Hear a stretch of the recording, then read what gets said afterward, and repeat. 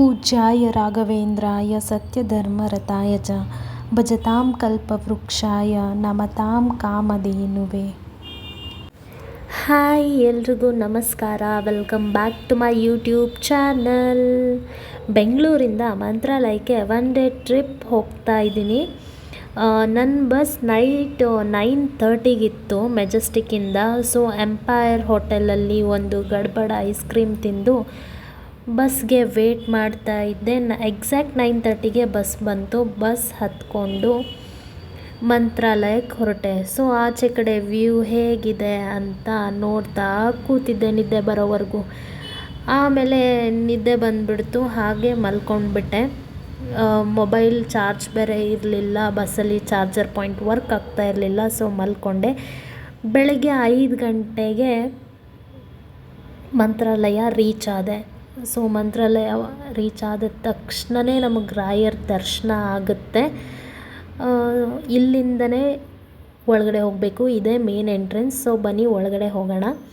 ಒಳಗಡೆ ಹೋದ್ಮೇಲೆ ತುಂಗಭದ್ರಾ ನದೀಲಿ ಸ್ನಾನ ಮಾಡಿಕೊಂಡು ಅಲ್ಲೇ ತುಂಬ ಜನ ಅಲ್ಲೇ ಸ್ನಾನ ಮಾಡಿ ಫ್ರೆಶಪ್ ಆಗ್ತಾಯಿದ್ರು. ನಾನು ಕೂಡ ಅಲ್ಲೇ ಸ್ನಾನ ಮಾಡ್ಕೊಂಡು ಫ್ರೆಶಪ್ ಆದೆ.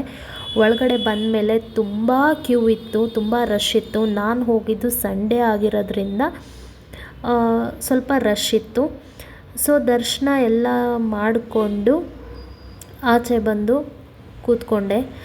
ಆಚೆ ಬಂದು ಕೂತ್ಕೊಂಡು ಎಲ್ಲ ನೋಡ್ತಾ ಇದ್ದೆ. ಎಷ್ಟು ಸುಂದರವಾದ ಸ್ಥಳ, ಆ ಜಾಗ ಅಷ್ಟು ನೆಮ್ಮದಿ ಕೊಡ್ತಾ ಇತ್ತು. ಅದಾದಮೇಲೆ ಅಲ್ಲಿ 11 ಗಂಟೆಗೆ ಅನ್ನಪ್ರಸಾದ ಸ್ಟಾರ್ಟ್ ಆಗುತ್ತೆ. ಸೊ ಹೋಗಿ ಕ್ಯೂ ಅಲ್ಲಿ ನಿಂತ್ಕೊಂಡೆ.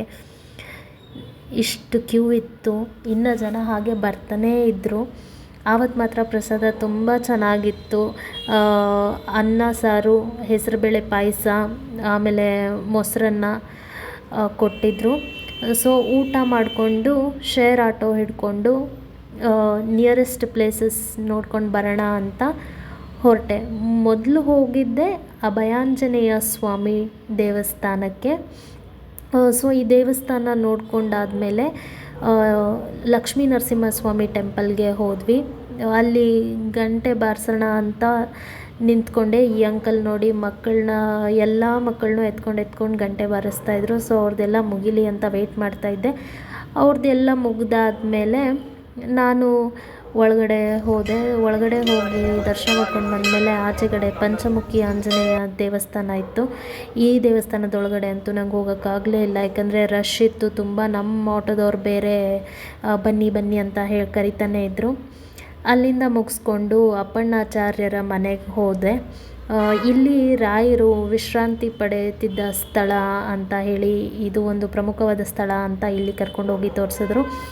ಅದಾದ ನಂತರ ಬಿಚ್ಚಾಲೆಗೆ ಹೋದ್ವಿ. ಬಿಚ್ಚಾಲೆಯಲ್ಲಿ ಹೋದ ತಕ್ಷಣ ಈ ಥರ ನೀವು ಒಂದು ತುಂಬ ಸುಂದರವಾದ ಸೀನ್ರಿನ ನೋಡ್ಬೋದು. ಅದಾದಮೇಲೆ ಅಲ್ಲಿನೇ ರಾಯರ ಬೃಂದಾವನ ಇದೆ. ಸೊ ಇಲ್ಲೂ ತುಂಬ ಕ್ಯೂ ಇತ್ತು. ಬೃಂದಾವನ ದರ್ಶನ ಮಾಡಿಕೊಂಡು ನಿಮಗೆ ಕ್ಲಿಪ್ಪಿಂಗ್ಸ್ ಹಾಕ್ತೀನಿ. ಸೊ ಇದು ರಾಯರ ಬೃಂದಾವನ. ಇಲ್ಲಿ ರಾಯರ ಬೃಂದಾವನದಲ್ಲಿ ದರ್ಶನ ಮಾಡಿಕೊಂಡು ಅಲ್ಲೇ ಮೇಲೆ ಹತ್ತಿದ್ರೆ ಬಿಚ್ಚಾಲಮ್ಮನ ದೇವಸ್ಥಾನ ಸಿಗುತ್ತೆ. ಸೊ ಬಿಚ್ಚಾಲಮ್ಮನ ದೇವಸ್ಥಾನಕ್ಕೆ ಹೋದೆ. ಈ ದೇವಸ್ಥಾನದ ಸ್ಪೆಷಾಲಿಟಿ ಏನು ಅಂತ ಹೇಳಿದ್ರೆ, ಈ ದೇವಸ್ಥಾನನ ಬಾಳೆಹಣ್ಣು ಮತ್ತು ಬೆಲ್ಲದಿಂದ ಕಟ್ಟಿರೋದಂತೆ. ನೋಡಿ ಎಷ್ಟು ಚೆನ್ನಾಗಿದೆ ಆ ದೇವಸ್ಥಾನದ ಮೇಲಿರೋ ಡಿಸೈನ್ ಎಲ್ಲ. ಸೊ ಅದಾದಮೇಲೆ ಇಲ್ಲಿ ದರ್ಶನ ಮಾಡಿಕೊಂಡು ತಿರ್ಗಾ ಮಂತ್ರಾಲಯಕ್ಕೆ ಹೊರಟ್ವಿ. ಮಂತ್ರಾಲಯಕ್ಕೆ ಹೋಗೋದ್ರಲ್ಲಿ 2 ಅವರ್ ಬೇಕಾಯಿತು ನಮಗೆ. ಸೊ ಎಲ್ಲ ಮುಗಿಸ್ಕೊಂಡು ಮಂತ್ರಾಲಯಕ್ಕೆ ಹೋಗಿ ನಾವು ಮಂತ್ರಾಲಯ ರೀಚ್ ಆಗಿದ್ದು 4 o'clock. ನನ್ನ ಬಸ್ ವಾಪಸ್ ಬೆಂಗಳೂರಿಗೆ ಇದ್ದಿದ್ದು 10 o'clockಗೆ. ಸೊ ಪಲ್ಲಕ್ಕಿ ಉತ್ಸವ ನೋಡ್ಕೊಂಡು ಹೋಗೋಣ ಅಂತ ಇಲ್ಲೇ ಸ್ವಲ್ಪ ವೇಟ್ ಮಾಡಿ 6 ಗಂಟೆಗೆ ಪಲ್ಲಕ್ಕಿ ಉತ್ಸವ ಸ್ಟಾರ್ಟ್ ಆಯಿತು. ಸೊ ಪಲ್ಲಕ್ಕಿ ಉತ್ಸವನ ನೋಡಿ ಕಣ್ಣು ತುಂಬಿಕೊಂಡು ಅಲ್ಲೇ ನಿಂತ್ಕೊಂಡ್ಬಿಟ್ಟಿದ್ದೆ ರಾಯರ ದರ್ಶನ ಮಾಡಿಕೊಂಡು.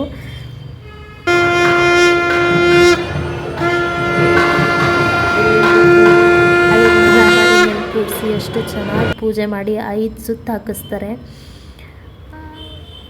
ಸೊ ಇವಾಗ ಅಂಬಾರಿ ಮೇಲೆ ರಾಯರನ್ನ ಸುತ್ತ ಹಾಕಿಸಿ ಫಸ್ಟು ಚಿನ್ನದ ಪಲ್ಲಕ್ಕಿ, ನೆಕ್ಸ್ಟು ಬೆಳ್ಳಿ ಪಲ್ಲಕ್ಕಿ, ಅದಾದಮೇಲೆ ಇದೇ ಥರ 5 ಸುತ್ತು ಹಾಕಿಸ್ತಾರೆ. ಎಲ್ಲ ಇದರಲ್ಲೂ ಒಂದೊಂದು ಸುತ್ತು ಹಾಕಿಸ್ತಾರೆ.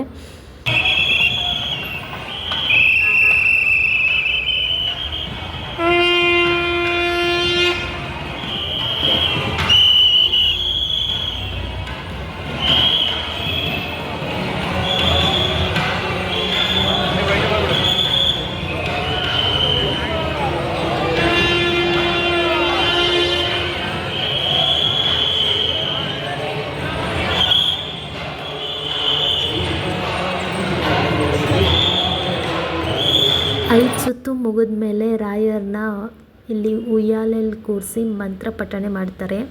ರಾಯರಿಗೆ ಇದು ದಿನದ ಕೊನೆಯ ಪೂಜೆ ಆಗಿರುತ್ತೆ. ಸೊ ಮಂತ್ರ ಪಠಣೆ ಮಾಡಿ ಲಾಲಿ ಹಾಡಿ ರಾಯರನ್ನ ಗರ್ಭಗುಡಿಗೆ ಕರ್ಕೊಂಡು ಹೋಗ್ತಾರೆ. ಆ ಕ್ಲಿಪ್ಪಿಂಗ್ಸ್ ಕೂಡ ನಾನು ನಿಮಗೆ ಇಲ್ಲಿ ಹಾಕಿದ್ದೀನಿ.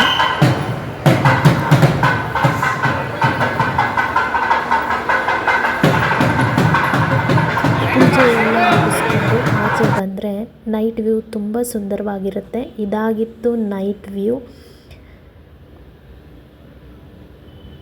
ಸೊ ನೋಡಿದ್ರಲ್ಲ, ಇದಾಗಿತ್ತು ಇವತ್ತಿನ ವಿಡಿಯೋ.